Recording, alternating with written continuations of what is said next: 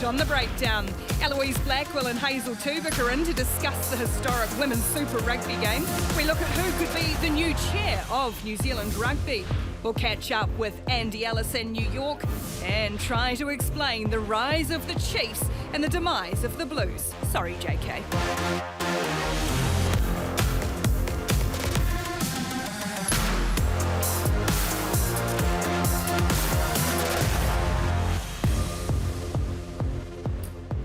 Welcome into The Breakdown. I'm Ricky Swanell, sitting in for Jeff Wilson this week. Bernadine Oliver Kirby's also away, and somehow I have been left to try and keep this train on the tracks. But the hard workers are here. They're not away at all. Sir John Kirwan, Mills Maliena and Ken Laban's been allowed to come up again from Wellington. Welcome in, team. We're obviously wearing some slightly different outfits this week. We're repping our clubs. John Kirwan, who've you got? The Mighty Maris boys I'm representing tonight, yeah, so go the Maris boys. I'm representing the Westies, suburbs from out West Auckland. There you go, red and blue. And same, in 1983, the old Onslow Athletic and Karori rugby clubs in Wellington merged to become Western Suburbs. They won the Jubilee Cup in Wellington in 1998. James Blackwell and Luke Campbell and the Hurricanes are ex-West players, as are fellow Tiatia Alama Yeremia, Toby Robson. Also all ex-West players from Wellington. If you see the back of the jersey too, there's a hell of a left winger apparently in their day. I've gone Tauranga Sports. Thanks Sam and Mish for hooking me up in true club rugby fashion. The tag's still in it. I have to send it back tomorrow so it can be used on the weekend. Right, let's get into the weekend's Super Rugby action. And well, it's been a tough old go for the Blues and their fans. We have a confirmed final. It will be the Crusaders against the Chiefs. Whatever happens this weekend between the Chiefs and Blues at Eden Park on Saturday, the Blues cannot go over the top of the Chiefs. That is because the tiebreaker is number of wins. So even if the Blues get up to 4 wins and the Chiefs stay on 5, they will not do it. Highlanders and Hurricanes out of the running as well. So, of course, it all went pear-shaped for the Blues on Sunday afternoon down in Christchurch. The Crusaders back into top form. Sir John Kirwan, what happened to the Blues? What happened to the Blues? Well, Hoskins scored. So that's what happened. Hoskins scored. I want to talk about this. And possibly a red card or yellow card at least. But look, we probably didn't deserve to win in the end. But this for me, right? So the ref's right there, says on-field try, goes to the TMO.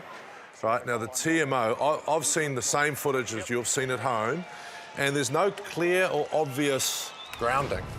So shouldn't that have gone back to the ref? Mills? I'm looking at you, mate. The ref's decision. No, I think he must have got that right because he's clearly come back and said he's well short. I think that was what the TMO had said. He said he was short.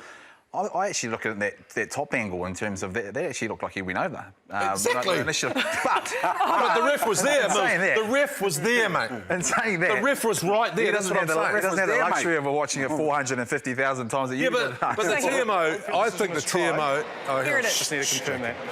OK.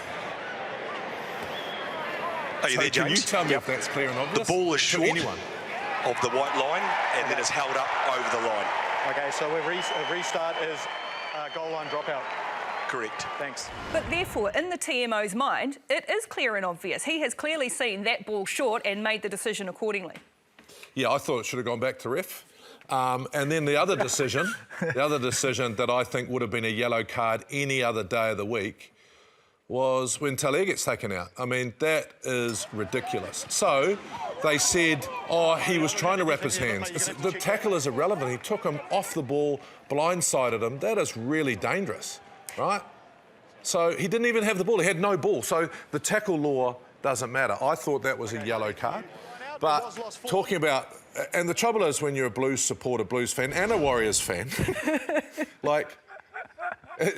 we couldn't cut a break because the Crusaders were outstanding for 20 and the Blues hung in. And they hung in really well.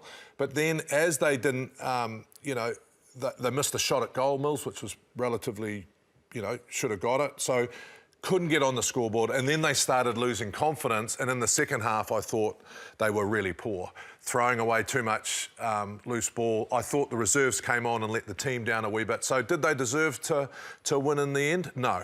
The Crusaders were great. However, those decisions when you're out there, Mills, get to your confidence. And we needed, you know, the Blues needed some confidence. They didn't need a lot of confidence, and when things like that don't go your way, I mean, it sort of I suppose mounts up. But you're right, the Crusaders were the better team, and I sometimes wonder, Ken, that the pressure has actually got to some of these young sort of Blues players. It's interesting. We look at the Crusaders now. In my view, they are the most successful Crusaders team in their history. This current group, they now line up for their 5th consecutive final. And when you scratch under the surface, and I had a look at some numbers today, between 2013 and 2021, they've had 84 academy graduates. 54 have gone on to play for Canterbury, 7 for Tasman, 39 for the Crusaders. They've had 10 to other NPC teams, should I say. Super 14, about 14 players, and 16 to the All Blacks. They have the highest university graduation rate of any rugby academy in New Zealand, under the surface of what we see every week, and we celebrate and we can talk and that, but there is a real strong foundation which is based on hard work, academic success, and that good balance of having a good football brain and good life skills away from footy. So congratulations to the Crusaders. Once again, we all know that Scott Robertson is the All Black coach in waiting. Ken, were you trying to say in some weird and wonderful way that the Blues aren't that?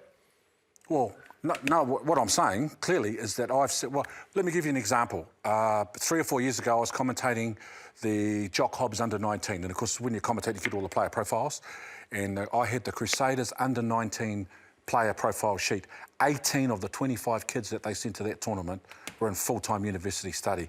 No other under-19 team got close to them. Incidentally, they're the only under-19 team to have won the Jock Hobbs title twice. The Crusaders, the Blues in the first 9 minutes of that match missed 7 tackles that set the tone. I think Dan Halangahu in the halftime break said we've created opportunities, created plenty, finished none. Is that, Mills, just the pressure that the Crusaders perhaps haven't exerted on other teams the last couple of weeks, that they've clicked back into gear and are starting to roll again right when they need to? Yeah, and you've got to remember that Crusaders are under a bit of pressure as well, you know, having lost a couple of games. Then they've gone back to their home ground, you know, packed out stadium, and they're under the pump. So they were building confidence in terms of what they needed to do. So it was a massive game for both teams. But when you look at the players in the Crusaders and the guys that you're talking about that have come through, they've been there, done that. You know, so they absorb that sort of pressure. I just feel, you know, with the Blues at the moment, they've lost a lot of leadership. There's no doubting that. You know, and to put it onto two young shoulders, you know, they've still got a long way to go. And these are X-factor players. You know, they're the co-captains, but a lot of leadership that they've lacked. Yeah, look, I think the Crusaders were really, really good, but the Blues were outstanding and hanging in there.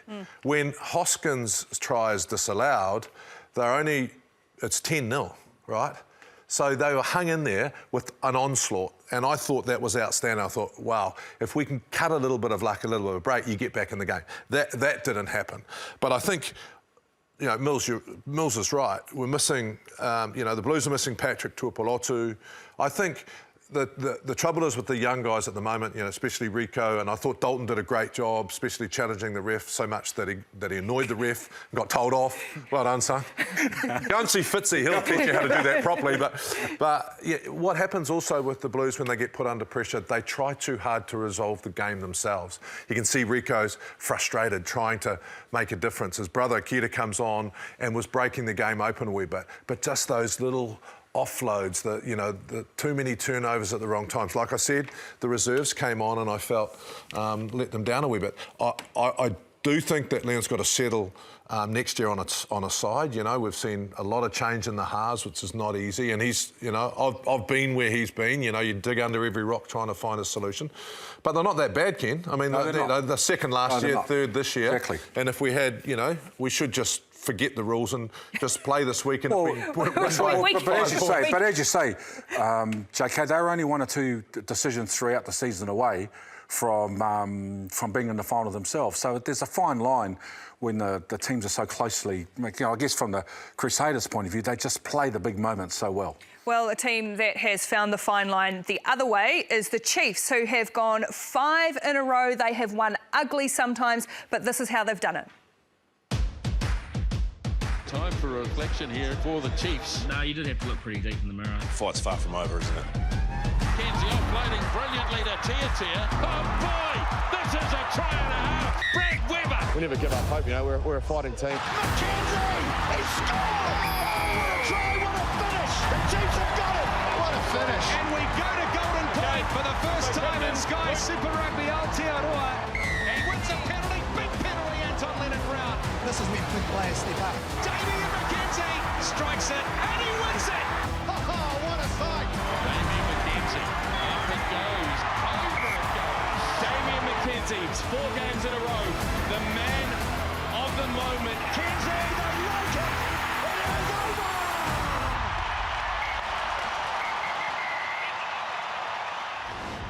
Damien McKenzie, absolute ice in his veins again. 26-24, the Chiefs take it over the Hurricanes. As I said, 5 wins in a row. They have won some ugly. Brad Weber said afterwards they haven't even put an 80-minute performance. But what I saw, Mills, was perhaps a Chiefs team. They went down early against the Hurricanes. In the last year or so, last year, they would have gone into their shells. They just kept playing, kept attacking, and there's a different confidence to them. Oh, well, they're toughened, aren't they? They've gone through a lot of resilience. 11 odd games in a row where they went straight losses, and now they built a little bit of confidence, and they've just ridden there. And that's, I think, when Brad says stuff like that, he's right, because you've got to look right back when they first played the Highlanders. They started with a hiss and a roar, that first 20 minutes, and then they lost their way a bit. And then since then, they've actually finished the games well, but they haven't completely put a whole 80-minute performance in. And I suppose that's leading into the final. That's got to be, some exciting stuff for the Chiefs fans. Yeah, I think it's a bit of propaganda, to be fair. I think that you can't put 80 minutes together, and I think that's the coach talking, trying to keep their feet on the ground. I think they've been outstanding. They've weathered the storm, they've been able to recover, they have the confidence now to go forward. They beat the Crusaders a couple of weeks ago. They're going to the final confidence. I just hope they don't send their under-12 team to Eden Park this week, rest a few, and what would you do? You want to go into the final? Well, the Crusaders, well, again, and this is not because it's an advantage to the Crusaders, it's just the way that the draw's worked out. But they've obviously got a bye, so they get the week off anyway. Clayton McMillan's got the choice. Other coaches have done it before. They've rested a few key players a week out from the final because they know they're always going to be there. That, of course, will bring all sorts of accusations about selling the fans short by not putting your best players out there. I don't think he will do that. I think he's built so much momentum with the team. There's so much confidence in the team. They've come from nowhere. They've come from 0-11 at one stage during the year to now be their first time in a final since 2014. I think when they won 2 titles with Dave Rennie and Wayne Smith running the cutter. So it's been tremendous to watch. But I would just like to offer once again that Clayton McMillan won't be the coach in 2022. And 2022 will be the Chiefs' 4th different coaching appointment in 4 years. So, everybody around New Zealand is saying what a wonderful job Clayton's going to do, but what's going to happen to him next year? I saw some comments about him being very dignified and being very humble and very respectful, that looking forward to Gaddy coming back, but behind closed doors, I'm not sure that having him sit in the back of the room with his arms folded is the best use of his ability and talent, given what he's done in 2021. The Chiefs, this has been a fantastic run for them, and Clayton, well, we all know his pedigree as a player for Bay of Plenty. Don't forget, he did his apprenticeship in club rugby. He coached Marist and Pats, the Jubilee Cup in Wellington. He coached the Wellington team to their inaugural Jock Hobbs title win, under-19 title. When Bay of Plenty won their first title... What are you saying? If Gatlin's just not going to come back? Well, what I'm saying is, what should we do with a coach of that pedigree and a coach of that quality, given the year that he's had? And you don't want him to be assistant. He signed up, though, knowing full well that this was a 1-year gig and that he was going to be the assistant next year regardless. Oh, yeah. I know you're right. Ricky, I know, I understand. But what happens if he wins the title? Go, you good thing! Watching that game, though, and you watch the game and you write your notes and whatever, and I had pager notes, and in the end I just wrote down 2 words, Damien McKenzie. The ice in his veins, Mills. Oh, well, he's clutch, isn't he? I mean, he steps up in the big moments. His kicking's been good. He's found some confidence too, and there's some extra added sort of leadership, I suppose. And I've loved the way that Clayton's used him. They started him off at fullback a couple of times. He's actually started at 10. But the way he's finished the game off and really commanded it, I think when you look at all the 5 teams, the Chiefs have been the best at adapting, adapting their game. Last year they played a lot in their own 22, a lot in their own half. now they're mixing things up a bit, and you've got guys like Bryn Gatland there to actually help in that and finding sort of field positions. So I think adaptability in terms of their game plan has been outstanding. The thing I liked about Damien McKenzie was when they played him at first five, he didn't play like a rugby first five. He actually played like a league first five, Ken. He was going across the field, had lots of different options. So they actually played to his strengths, so very different to when Bryn plays there. But I just think he's... like, I firmly believe we lost the World Cup because he wasn't there. Because he can come on late and he can, at any time in a game, change that game. And this tournament, it's been kicking under pressure shots late, which is, awesome, and from distance.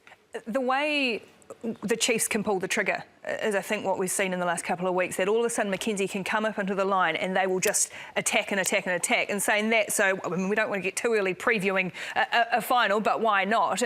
Have they got more in the tank, Ken, to beat the Crusaders in a final in Christchurch in a couple of weeks? Well, finals team on the day. Opportunities come and go very quickly. And if they get on a roll, there'll be every chance the Chiefs to win a third title. But the Crusaders will roll, that benefit of the week off. They've been there before. They know the way to the promised land. Their build-up will be low-key. And they'll come out big and start fast. So, like you talk about McKenzie, I mean, I'm watching that Blues game and thinking, can someone just tackle Mo'unga and just leave him on the ground for half an hour, like tackle him and just hang on to him? Because he is everywhere. He's like McKenzie. He's going to pop up and he's going to hurt you, but hurt you in the critical time of the game. And we saw that again the other day. He is just very, very special at the moment, That was an outside-in defence. I thought at the time, if you're going to run at the outside, defence, run his outside shoulder. But then I re-looked at it and his step was amazing. Making tackles. I mean, this guy has absolutely improved this year, Mills, out of sight. Oh, he's just starting to find his groove again. He probably plateaued a little bit. That Hurricanes game, he was, very quiet. Wasn't, before that he was outstanding at the beginning of the season. So he's one of those players that would have benefited from a little bit of a rest, because he demands so much. Well, so we've talked about Damien McKenzie, Richard Mo'unga, two guys who have really stepped up. If we look at where the Blues have perhaps fallen away, have we underestimated how much the loss of Beauden Barrett has cost them? And as good as Teddy Black has been at times, someone to step up and take a game by a scruff of the neck, a world-class player, and say, yep, I'm going to win you this game, or I'm going to make key decisions that are going to put us in a position to win these games. Oh, totally. When does he get home? What I'd say. I mean, last year he comes to the Blues, and our whole season changed, even though he played a lot at fullback. And the difference is you have a cool head under pressure. He sees the game very well and he can help people around you. What would have happened on the weekend is that, Rico's trying to lead, trying to look at the game, trying to play well, and he's still a young man. Whereas if you've got a voice either at 10 or at 15, like Beauden, your whole world changes because they see it early, they call it early, and then you just execute. So, yeah, we've missed him. I mean, Otera probably hasn't kicked on like he started really well, then he went and plateaued a little bit, like everyone does. Now he's probably in contest for his position, so that creates a bit of disbelief in yourself, Mills, and it's, you've got to have faith, and I just think they've been a bit wobbly at 9 and 10 all season, the Blues, and it's hurt them. And Ringy's probably changed that, that number 9 as well. They're two very important, positions, and when Otera's not sort of playing well and you've got two, half-backs constantly changing, that's probably where they're losing a little bit of momentum. Someone like you're talking about, some leadership to actually take the game by the scruff of the neck and say, hey, well, this is what we've got to do and follow me, and these are the directions at the moment. It just seems like they're trying very, very hard, but sort of not coming off. Beauden will be home in a month. They've got a bye this weekend. He's with Suntory. They've gone 8-0. Weekend after next, they play the quarterfinals. Then I'm assuming they'll get through the quarterfinals, semi-finals. So he could be home in a month. The question then is in the conversation of Geordie Barrett, Damien McKenzie, Richie Mo'unga, Beauden Barrett. Where does everybody fit into the scheme of things? You can't. I'll say it again. You cannot bring Beauden. He's playing well in Japan. Yeah, he's playing well, but you cannot bring him back and put him in the side. You've got to start him from the bench. I just think it's unfair on anyone who's playing here. Plus, the Japanese level is getting better, but it's nothing like these guys are playing, and I think those guys have deserved to get a start. Now, I don't say don't pick him because he's world's best player and I want him in the side, but bring him off the bench. So you could probably have, Webber, Barrett, and either McKenzie or Geordie Barrett from the bench, depending on who starts in 15. Get what you're saying? No, I'm saying Geordie or Damien starts at 15, but I'll ask the fullback here next to me. I think you're right. I think you're right. Like, if he comes back, if you're saying to come back within a month and he ends up playing some Super Rugby, with Trans Tasman, which he probably won't, okay, he gets picked in the side, but I think in terms of getting Geordie, he has had an outstanding year, McKenzie's had an outstanding year. Let those guys, go back out there and have the luxury of having Bowden there just to sit there and sort of feel his way back in. That's why he took the sabbatical. That's why he's gone over to Japan. That's why he's probably fresh as a daisy. He come back here, he's still the man. Okay, so maybe just lead into the Test series like that in terms of where he plays. Where he plays, well, it has to be a 10. Well, and these other guys still got another whole round of... Has to be at 10. Did I just hear that late mouth? Yes. Has to be at 10. Wow, possibly. Well, they've got another whole round of games to come against Australian opposition as well, so there's still a lot of water to go under the bridge. No, but in Trans Tasman. But yes, then the All Blacks are hopefully playing Italy and Fiji. Anyway, we're going to move on because that is what is happening on the field. We want to have a look at what is happening off the field. It is a really big week for New Zealand rugby. The AGM will be held on Thursday. There are some key board positions to be filled, one of which is chairperson. Brent Impey is stepping down. He will stay on the board for another year, but he's stepping down as the chair. Richard Delabaka and Sir Michael Jones are both coming off the board. So there is one elected position to be filled and one appointed position to be filled on the New Zealand Rugby Board. And of course, the other thing that could be and should be decided this week is Silver Lake. So here are some of the other contenders to potentially be the chair of New Zealand Rugby and take the game through what could be a very big period of change. Bart Campbell, very well regarded, based in Australia. Jennifer Kerr, only new to the board. Bailey Mackey, young, fresh, self-made businessman. Stuart Mitchell, Sean Nixon, and of course Dr. Farah Palmer, who is also chair of the New Zealand Māori board as well. So I guess first of all, gentlemen, there's some big calls to be made because these are the people that are going to steer the game through, JK, a very critical period. Yeah, I think Bart Campbell's probably the best person for that role. I think he's run agencies, mills overseas. He's owned the Melbourne Storm. I think he's still a shareholder in that. Does it matter that he's not based in New Zealand? Well, should it matter? Shouldn't we just have the best person for the job? Our chairman of the RPA, David Kirk, lives in Australia, has done for 20 years. I just don't think that should be an issue. I think Bailey has lots of potential, but I'd make him vice, right? Get him in the job, keep him there, keep him moving forward. I'd heard Farah Palmer doesn't want to do it, so she's got probably... a bit on. To be fair. I heard she didn't want to do it, so that's why I've ruled her out. Should be great. But look, we've got a massive, massive time coming up, and I think we need the most professional administrator. And if you look at all those people, Bart's had the most experience in this type of business, so that's why I'd go for him. I'm very relaxed about Bart Campbell, and like you say, Jake, I only hear good things about him. And I think the combination of Bart Campbell and Bailey Mackey has got some excitement in terms of the future leadership of our game. As Ricky, as you alluded to, with his success as a businessman, Bailey, his commitment to East Coast rugby, which is a tough gig with not a lot of resources and not a lot of players, but he's hung in there and stayed with it. And I think that would be a good nod to the grassroots of the game when they see somebody like Bailey who stayed committed to the Ngāti Pro East Coast. He's an award-winning businessman. He's on the Business Advisory Council to the Prime Minister. And, like him and Bart, they're both new, but both with very strong agendas and success in the private sector. And I think, the combination of those two, whether Bart, the chair, or Bailey, or the other way around, Bailey, the chair, with support from Bart, because, I'm well aware, as you are, JK, of the influence that Bart Campbell does have in the sporting world with his tremendous success. And, of course, he was involved with is it the Sunshine Coast Lightning, where Dame Nolene Taurua enjoyed some success as well. On this, though, the Silver Lake venture capitalist, that decision is due to be made at the AGM as well. Mills, is this the biggest decision perhaps that the game has made since it went professional in '96? Absolutely it is, absolutely. And that's why when you guys talk about whoever becomes a chair, it's very important, because you look down the line in terms of the Silver Lake deal and what sort of implications that will have sort of in terms of our game and where that goes. I agree with these guys. I think we need someone that's bold, you know, someone that's sort of got ties to tradition. But also, you know, have been around business for a very long time. When you talk about those two men, they fit the criteria. But they've got to make this. This has got to be one of the best big decisions they've got to make, because that Silver Lake deal has just been hanging around for such a long time. And perhaps it's because they knew that this was going to happen, making sure they get the chairman. Or chairperson before they went down there. Yeah, and look, there's absolutely no relationship between the New Zealand Rugby and the players at the moment, and they can pretend that there is, but there isn't. Has that fallen apart that badly? Well, I believe so. I mean, they've gone to mediation.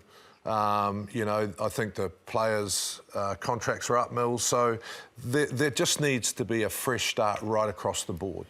Now, I believe, you know, we need to start looking at the running of our game differently. I think COVID's taught us last year there is time for change, and now is time for change right across the board. There's two other places up, I believe, that I would like to know how you get on the board if you're being nominated from your union. So, for example, is your union, you know, really good financially? Are your players' numbers up? You know, great job Bailey's done on the East Coast, keeping them competitive. So these new people that are going for these roles, what do they do? What have they done to get on our committee, because it is our, you know, it is our game. So that's why I like, you know, Bart and I like Bailey, because they are absolutely fresh. It's new. We need this, right? We're in a new era of the game, and we need to have some courage. Well, and there's cautionary tale, I think, in Europe in the past week, that if you get something like this wrong, as we've seen with the football, when you're not transparent with your fans, with your players and your management, it can all go pretty pear-shaped pretty quickly. Well, it's going pear-shaped now because the fans and grassroots don't feel like they've been listened to. And just recently, the NZR have said, OK, we're in trouble, we need to change that. And I think it's great. The fans should stand up and want to be counted. I think we have been, me included, a little bit passive about what's been going on because it seemed rosy. But we've got to be a lot more vocal like they did overseas. I mean, this new Super League of Soccer, whatever it is, lasted 3 days. Absolute disaster. You know, and people resigned, and it was brutal. It was brutal. It is the fans' game after all. All right, let's lighten things up a little bit, because it's trivia time, which has been a known disaster on the breakdown, at least as long as I've been involved for the past 3 weeks. So the trivia question... Stupid, that's why. I'm not. I'd just like to say I don't write the questions either. I knew the answer to this one, though, without having to look it up. Which, in the spirit of the week, which founding member of 660 left to pursue a rugby career? Yeah. Oh, look at the confidence. Am I allowed to give the answer? No, wait. We're going to keep the viewers in suspense, Ken. Oh, Lock. Yep. JK's got a very blank look on the on his face. All right, they all reckon they know it. If you know which founding member of 660 left to pursue a rugby career. All right, still to come on the breakdown. We had a historic day at Eden Park at the weekend. We've got another one coming up, the first ever Super Rugby women's match we played from the Chiefs. Hazel Tubic and Eloise Blackwell, the Blues captain, will join us after the break. So, of course, that 660 question, who left 660 to pursue a rugby career? Because most rugby players have some musical talent off the field. Can we talk about your piano skills for a moment?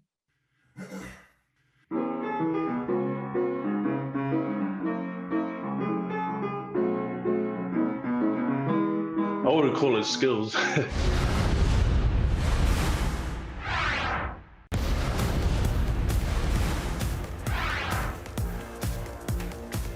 Welcome back to the breakdown, where before the break we asked you the trivia question. Well, we asked the panel the trivia question. Which founding member of 660 left to pursue a rugby career? I've never seen them looking quite so confident. Tony Brown. Party of Tony Browns. No, wasn't he 660 as well, Brownie? Tony... What? No?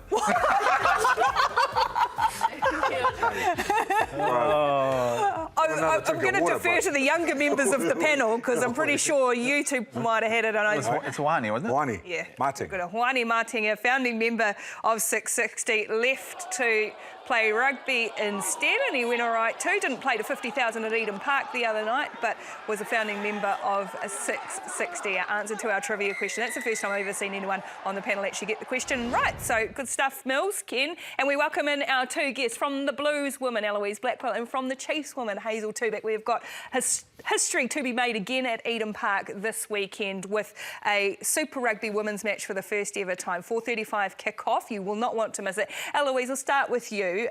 How significant is this match for the current players and for those who have been in the past, waited for something like this to happen? Yeah, this is pretty huge. And I guess being in the game for a long time, it seems like only the natural progression.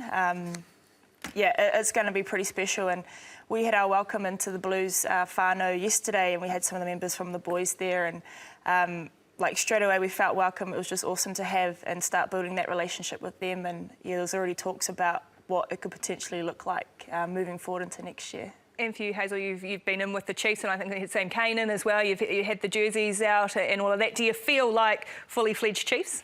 Yeah, they've been very welcoming to us, and so it was awesome for Sam to come talk to us yesterday and talk about the jersey and everything it means, and even spoke a bit about the rivalry that they have between the Blues there as well. So that kind of got us geared up, and we were almost getting pumped, ready to run out there right then. Do you think that Super Rugby is a natural progression? The thing that worries me the most is I love the Farah Palmer Cup. I think I see a scattering of our top women playing and then some of the new ones coming through. Do you think the franchise or the Super Series might break that down too quick? No, well, I think there's got to be there's a bit of a gap between the FPC and then going on to international level. So there's got to be something where we get a bit more competitive rugby in there from FPC. Although, like, we all love FPC and our club, playing for our club. I think the next step, we really need to push for a level up. So on that note then, Eloise, I mean, although it's exciting, it's the first game, but is it also frustrating? Have you had any sort of correspondence in terms of whether this is going to go, whether this is not just the last time it's going to happen? I mean, that must be sort of frustrating. Yeah, there has been some talk around a potential for a Super League to start next year, which I think will be awesome. As Hazel said, like, two things need to happen. We either need to get more internationals against the first-tier nations, or we go into a semi-professional or professional type league based around the super structure. Because, yeah, FPC is awesome.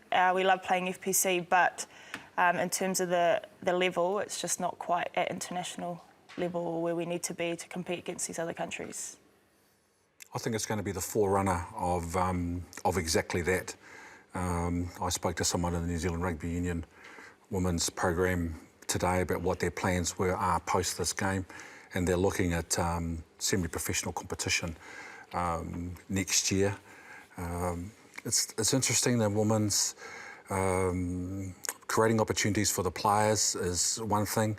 I do have a bit of concern that there's still a lot of blokes in the way in terms of stifling the progress of women in the game. I note that only 2 of the 13 Farah Palmer Cup coaches are women. Cheryl Smith, or Cheryl Waka, used to be at Northland, and Mel Bossman, I think, at Tasman. Mel Nata, who's, if I recall rightly, said a PhD in rocks or something. Was it rocks? Paper, scissors, rocks. It's actually a real positive in our game. Fastest growing part of rugby in New Zealand. It's fantastic. So the semi-professional, would you want to see that at the end of the Farah Palmer Cup so that you can actually get... Because the trouble is with Super Rugby, as we've known it, sometimes can take the big players away from our Bunnings Cup, right? So do you see it mirroring it, or would you like to play your Farah Palmer and then play Super?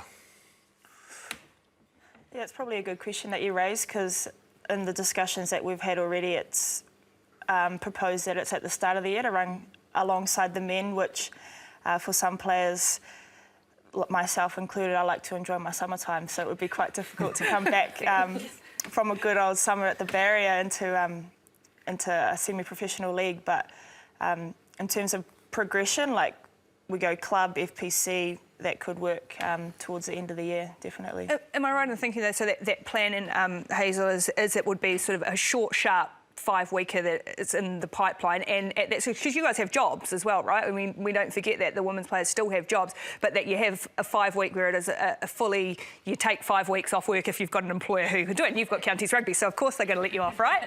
Yeah. And then from there you go into perhaps a mid-year internationals, and then Farah Palmer from there. Yeah, well, I mean, that would be ideal, but some of the talks are still that you just meet up a couple of times a week, so whether or not girls are going to have to move to the other franchises because, you know, they can't make a spot in those ones. Those are probably discussions or thoughts they're going to have to come up with, whether that's really viable for girls to be able to get off work and stuff like that, because, you know, not everyone's jobs are going to let them leave for 5 weeks and still keep their job there. So that's definitely like issues that we've got to come across, and yeah, so we'll have to see. And so the English, Irish, they all have Six Nations. Are they full pro, semi-pro? I mean, are you starting to notice a gap starting because of those things, or? I think England and France are basically fully pro, yeah, right. But the others, no. Yeah, and that's where that gap is for those sides. And because England and France have got a semi-pro competition that they play in outside of Six Nations, right? Yeah. All right, let's have a look at this game, though, on the weekend, because I look at these teams on paper and they look like they'll be very, very different. You've got a Blues man and a hybrid. a Chiefs guy over there. So what do the Blues bring to Eden Park on Saturday afternoon, Ella? You can't look any further than our forward pack, to be honest. Star-studded front row, right through to some really exciting youthful players in the Lucies there, backed up by the senior at the back, Charmaine McMenamin. But across our back line too, just some awesome young talent, and it's going to be some dominated by the forwards with some free-flowing backs rugby. Chiefs have got a hell of a loose trio though, Hazel. Yeah, it's going to be difficult for coaches to kind of pick who they're going to play there. So we definitely, like Ellis said, we know that their forwards are going to be very dominant. So, you know, we've got to work our way around that and how we could kind of, you know, get them moving around the park a bit maybe. And then, and we've got some backs there that could expose their backs maybe, well, hopefully, so that's the plan. But I think in general it's going to be a close game, and would be hard to pick a winner. Obviously, I'm backing my team, Chiefs Mana, but it's going to be an awesome game to watch. And at the end of the day, we just want to promote women's rugby and put on a spectacle for everyone to see. So what's the week then? I mean, you're not semi-professional this week. I hope you're in camp all week, are you? How does it work? No way. Run to work tomorrow. As per, just like a normal week. So what happens after this? Because you would have ramped up the training for this one game, and then so you go back to playing club rugby, and that, and obviously the level would have dropped. So how do you keep that standard? Yeah, that's been kind of the balancing act that we've had for the last few years. Like, I think we're quite fortunate in our Blues team that a lot of the girls are from Auckland, so we do a lot of our like HP training together, so we know the girls quite well, and we've only had to slot in, I think, 6 other players from Northland and Harbour. But yeah, that is the balancing act. I commentated the first women's NPC game. That was in the era who was playing. Vanessa Coots was playing. Louisa Wall, now member of Parliament. Yep. Mel Robinson. Yeah, Mel Robinson. Blindside flanker, Angry Mel. Angry Mel Robinson in the number 6 jersey. And then she came into commentary, and I'll give her a stick for years after that. It's all good. So it's been really interesting watching the personalities and watching the players, and in particular, and this is no disrespect to the old era, but just watching the development of the athletes as well in time over the course of they're fitter, stronger. This is great. I hope there's a good crowd there, and I hope they get tremendous support. Yeah, get there. 4:35 kickoff at Eden Park, and you're basically going to see Blackfern up against Blackfern. And of course, they're vying for places in a World Cup squad next year, so it is the best of women's rugby, and history will be made at Eden Park when the Blues Wahine take on the Chiefs Wahine for the first time. We absolutely cannot wait, and we thank you so much, Eloise Blackwell from the Blues, Hazel Tubic from the Chiefs. All the very best for Saturday afternoon. We've still got more to come on the breakdown. We're going to head around the world too. Major League Rugby is in the thick of things over in the United States. We're going to catch up with a former All Black who's playing over there, Andy Ellis.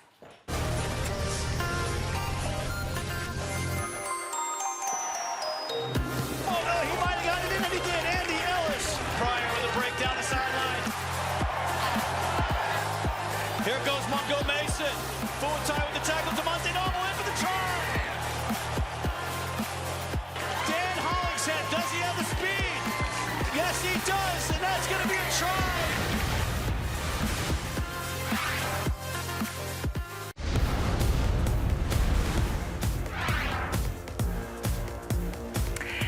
Thanks for being with us on the breakdown. We have covered everything off, well, some of things off over here, and we are going to head overseas as well because Major League Rugby is going great guns in the United States, and one of the Kiwis in the thick of the action is former All Black Andy Ellis, who looks like he's absolutely living his best life playing rugby in New York. And Andy Ellis joins us. Andy, thank you so much. And I guess, how have you and the family settled into life in New York?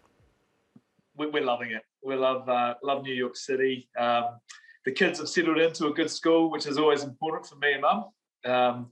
So they're loving that. So they're in Manhattan at a wee school in Soho, NoHo.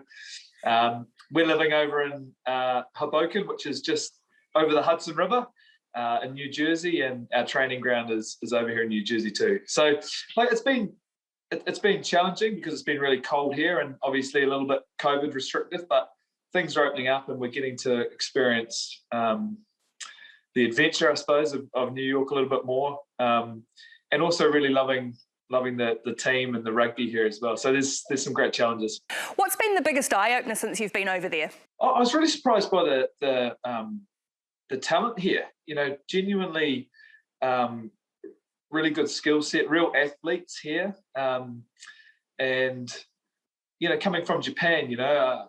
I wasn't sure, you know, what to expect, if it would be similar to Japan or what. But, you know, the guys here are very skillful and can play, which not surprised me. But, you know, I think that was pretty awesome thing to kind of see and experience. And quick learners too, you know, they really want to learn and get better and develop quickly too. So, yeah, it's been good. It's been an interesting but challenging first few months. Well, yeah, I guess for someone like you go over there with a bit of expectation to be a leader and to be coaching newer players. Exactly. You know, that's one of the reasons I sort of came over at this stage of my career. You know, the challenge of coming somewhere new and into a fairly new club. You know, only a couple of years old really, and try and help create something that will be here for a long time, or something really special here.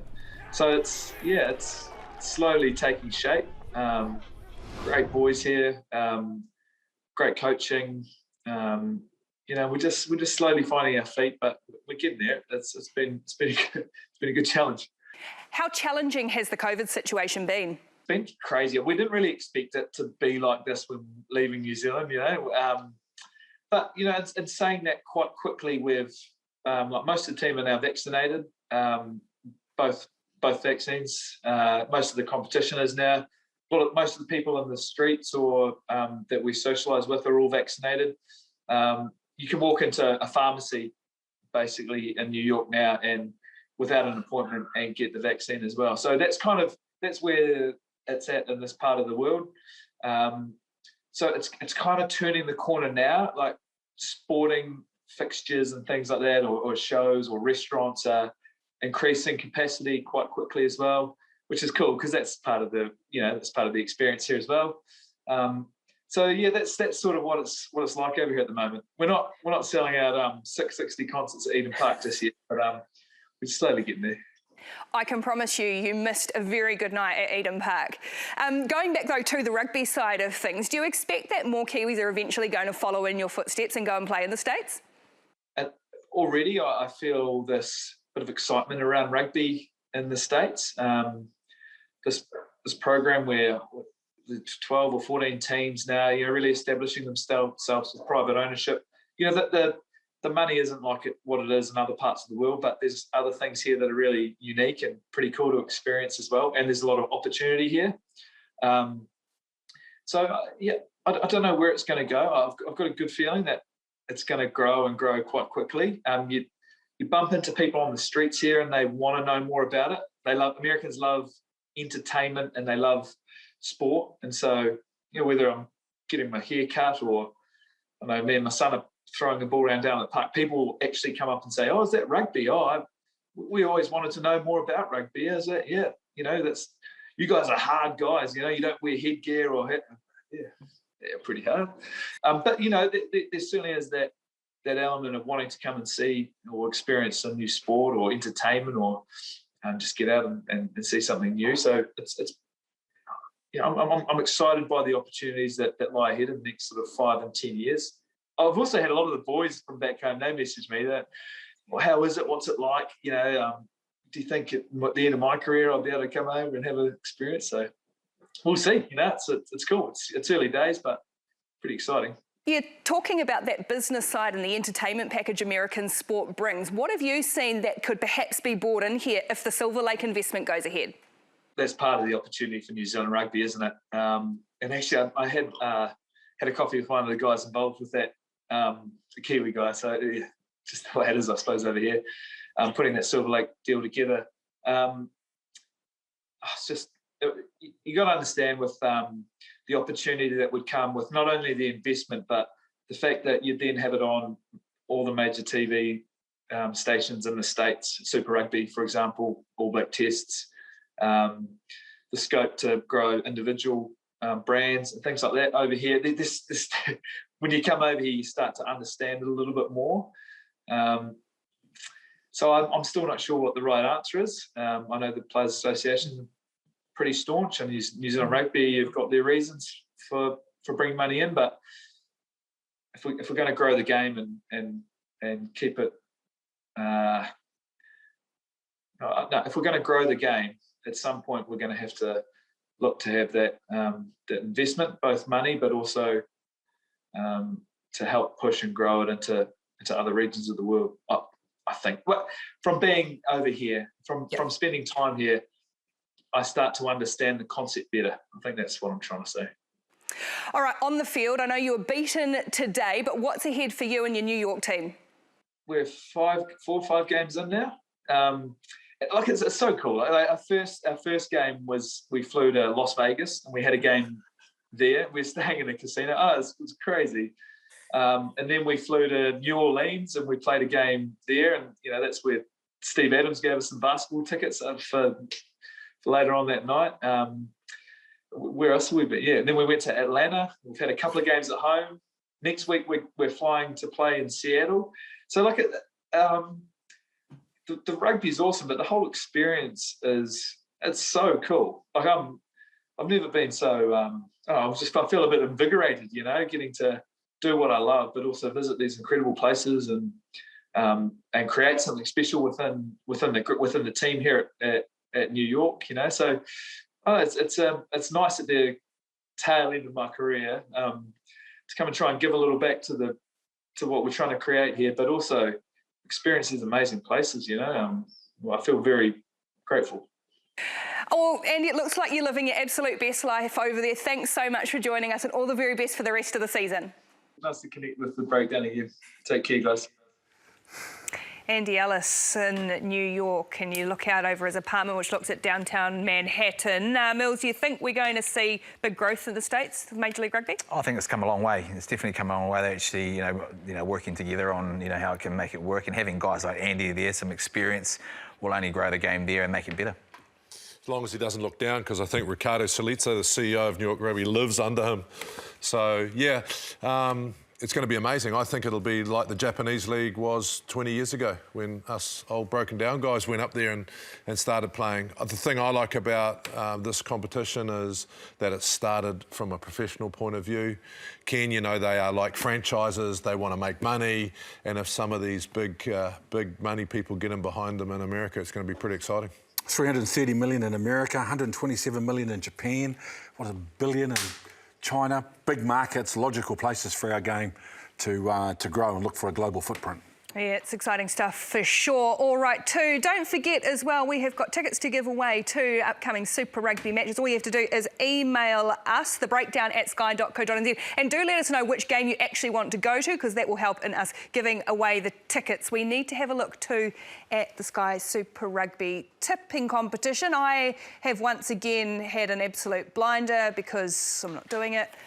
So still at 100%. Kirsty Stanway, oh, she's just crept ahead of Kane Haynes, so that's down going into the final weekend. Sir John Kerwin, you've managed to get yourself mid-table. Where have you gone, Mills? Oh, there you are, the middle. I was above him. How did that happen?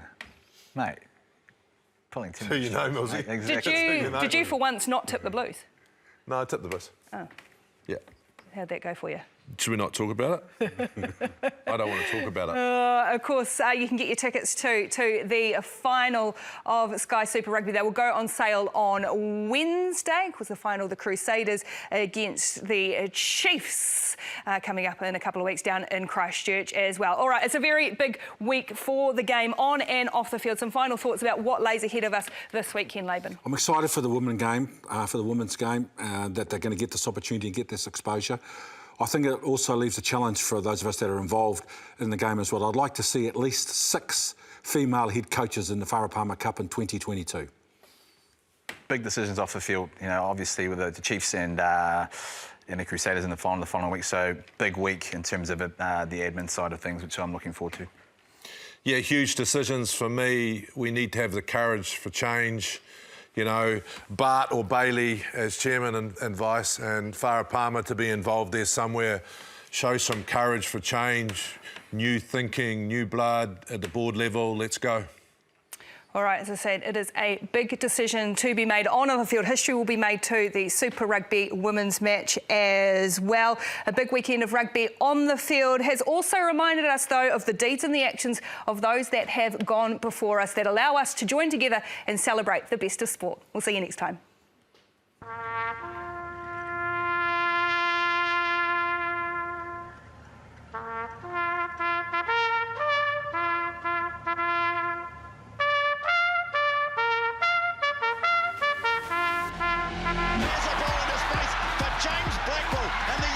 Charges for the line, and he's over.